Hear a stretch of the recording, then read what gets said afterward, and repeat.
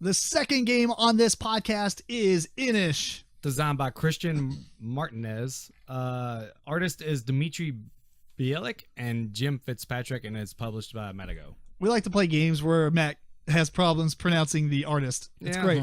It wasn't too bad. I probably made it harder than it needed to be sounding, but whatever. That's fair. So I believe this game is pronounced Inish, as we've been told. Everybody pronounces it Innis, but whatever. It's going to be interchangeable for this episode, so just keep that in mind. Inish is a game where it's kind of dudes on the map, but you're really just trying to achieve one of 3 different victory conditions rather than to eliminate everybody's people. And you do this through a card drafting mechanism. Matt, did you watch this one at all? Yes, I watched a video on this one. So basically you draft 4 cards, and the way you draft is you get 4 cards, you choose one past the other 3, and then you add that to your next hand for the person. So if I pass 3 to Eric or Matt and Eric passes me 3, I put the one back that I already had. So you can always pick from all the cards. And so now I got to choose 2 of those, but I can put the one I picked from the first draft back in. So you're going to pick 1 pass, then pick 2 pass, then pick 3 pass, and then 4 is your last, whatever you get. At that point, you're going to take turns.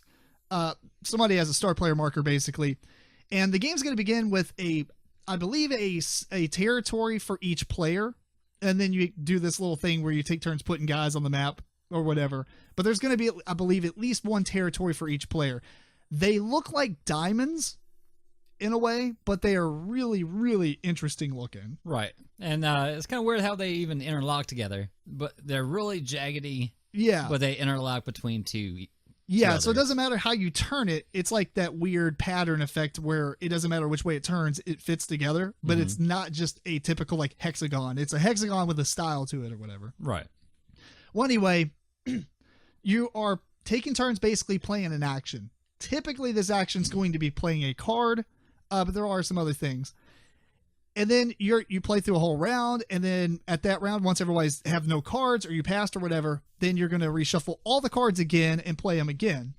There are two types of cards. You got the basic cards. I don't remember the actual names, but these are the cards that you're going to put in the game. And I believe there are 4, 8, 12, I think there's 17 of them, and you're going to play with 4 each in a 4-player game. So that's like 16 of them. And I think it says you play with 13 of them in a 3-player game, or something like that. But I think that it's a small deck of cards. So you're always playing with the same cards. The other deck are Epic Tales. These are red cards, and these have like really powerful abilities. But in order to do them, you have to get them somehow. There is a couple of the basic cards that allow you to get them. Otherwise, there's other ways to do it. So what you're trying to do, there's 3 in-game winning conditions. The first is to have presence in 6 different territories. Now, obviously, if you were listening, you only start with 3 or 4 or whatever per 1 per player at the beginning of the game. So one of those basic cards will allow you to explore and add a new tile into the game map. If you have a guy on 6 of these, you can kind of win the game. We'll go more on that in a minute. But that is a winning condition. The second thing is to be a chieftain over 6 opponents' models or people. The way you do that is if I had 3 guys in one territory, both Eric and Matt had 1 dude, I would be the chieftain over both those, I believe, and I would get 2 points towards that 6-point victory. So as long as you have the most guys in a territory, then you get as many points as other players that are there, as long as they don't have the same or more than you. Mm-hmm. Even if they had 2 and 2 and you moved in with 3, then you would get 4. Yeah. The last thing is to be in areas or territories that have at least 6 sanctuaries, because one of the basic cards allows you to put a sanctuary or a citadel out in a territory. The sanctuaries are, I think there's another card that references them, I believe. I don't remember. But they specifically are part of the in-game condition. So one territory can have 3 in it if it wanted to. And you just have to have a guy there. And that's pretty much it. Once you meet this condition, you have to take an action to actually claim a token that says, checkmate, kill me now. Thanks. Yeah, basically. We'll go back into that. Come at me, bro. Yeah, come at me, bro. By the way, I'm going to win unless somebody does something. That's what that does. Otherwise, like I said, the other cards, I'm trying to make sure I'm not forgetting anything. There's cards that allow you to like move your guys. And if you move into an area with another player, you can have a clash. And the way a clash works is you can decide, say I move into an area that both of you guys are in. Now we have a clash. Now we all decide, do we want to fight or do we want to be peaceful? Mm-hmm. As long as one person says fight, I believe you just have a fight. Right. And then in some player order turns, you can possibly jump into one of the citadels as cover, but there may not be any citadels. Anyway, the aggressor who came in was going to start the first attack, and they are going to choose a player to hit. And basically, they just suffer a casualty, so they're going to lose one of their characters, unless you want to discard a card from your hand, which is super bad. Because that's 25% of your actions, potentially. Otherwise, you keep going until somebody is lost to other guys, and somebody's, there, or the attack stops. Some of the other cards, well, they get those epic tail cards. And those are pretty powerful, but they're one use. So once you use them, they go away. So you want to choose when you want to use those. And that's pretty much it. I think if there's anything else, we'll just mention it.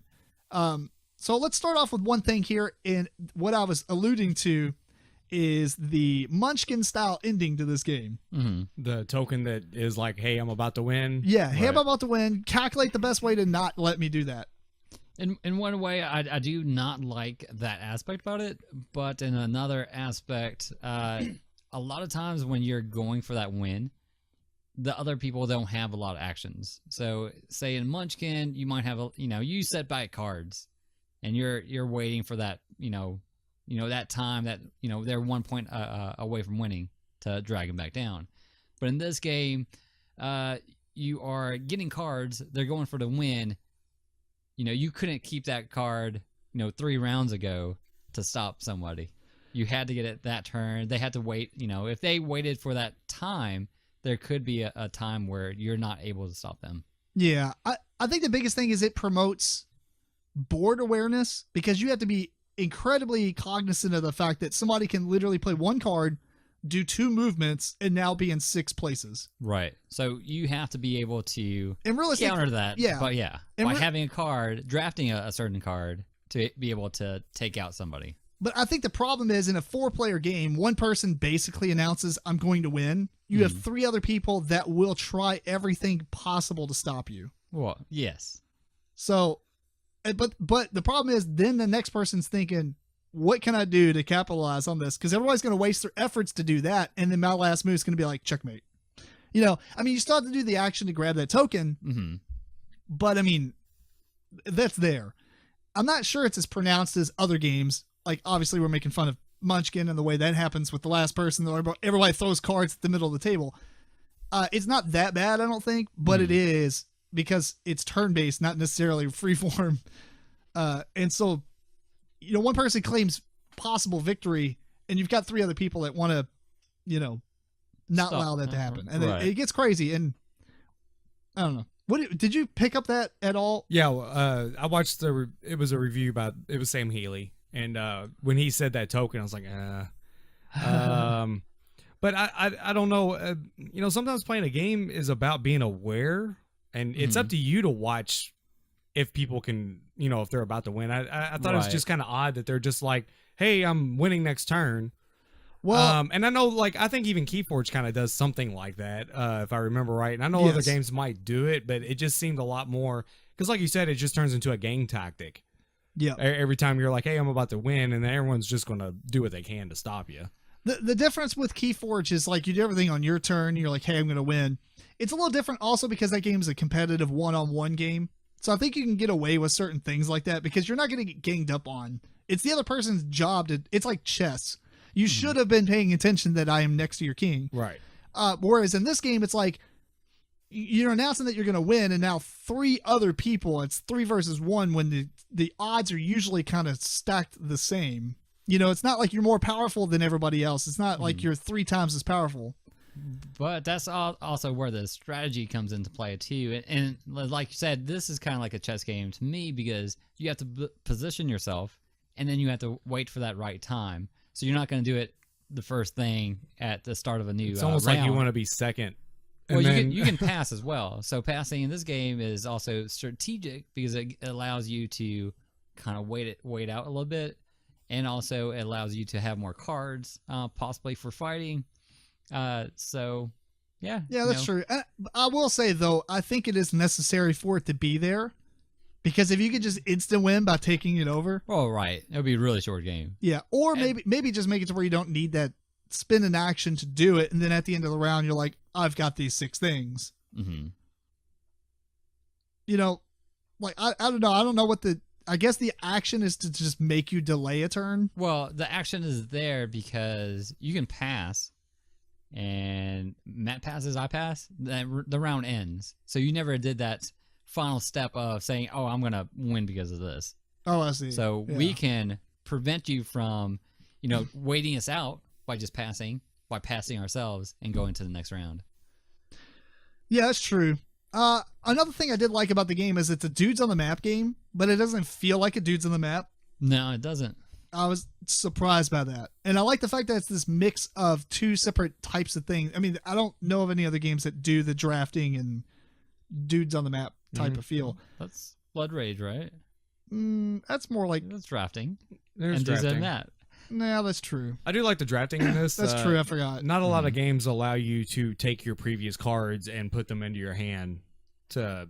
Maybe you got a better combo passed to you that only involved like one of the 2 cards you already drafted. Yeah, that's true. I do like that because you're good to you pick a card in the first hand, you're like, meh, and you're like, oh, all right, time to get rid of that. Right. I found another combo that works better. Right. Yeah. Although I will say that a lot of the basic cards are super boring, and there's so some of them. Well, and that's another thing I was gonna say is there's one that's just move your guy and it doesn't cause conflict. That's kind of really boring in the early game, but it's really powerful late game. Because no, I'm not saying that every card has its use. Oh yeah, I'm just saying they're boring. Yeah, you're I'm gonna move this dude. Cool. I'm gonna get this card and get an epic tail. That was so much cooler than what I did. So every card has its use, and some of them are situational, but I think some of them are insta grabs every time you see them. Right. There are cards that are going to be more powerful. Yeah. Generally. What'd you think about the length of the game?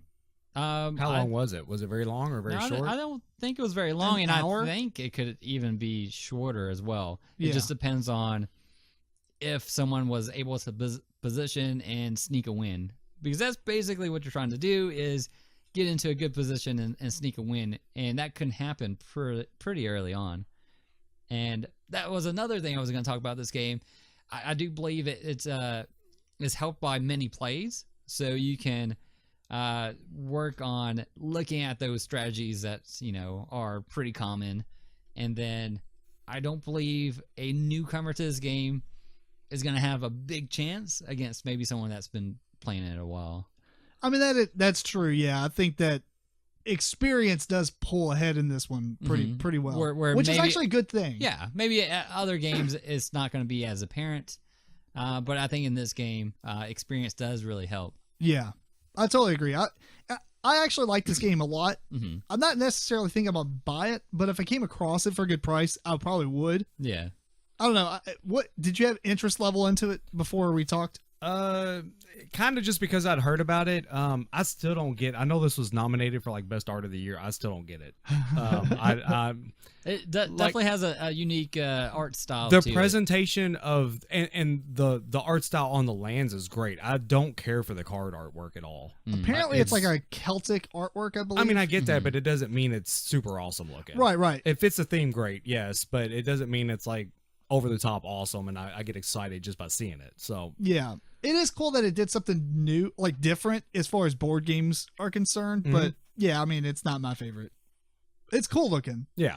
So, but overall, I actually thought it was pretty decent. I didn't expect it to have so much. Were the plastic pieces pretty nice? Or no. just whatever. They're okay. I mean, they're not like amazing. Just by looking at them, it was kind of neat. Like all the little castles and stuff you laid out was kind of neat looking. But. Yeah, like the player pieces are kind of small and they're okay. And then, but the citadels and the sanctuaries, they had some decent. They would look way cooler painted, but like otherwise, they just kind of right. They have some decent detail, but they're not like amazing. Yeah. But I don't know, Eric, you gonna pick this one up? Yeah, I might. Fair enough. Well, anyway, final thoughts? No, I liked it. Yeah. Matt? Yeah, Yeah, whatever. All right. Well, that is Inish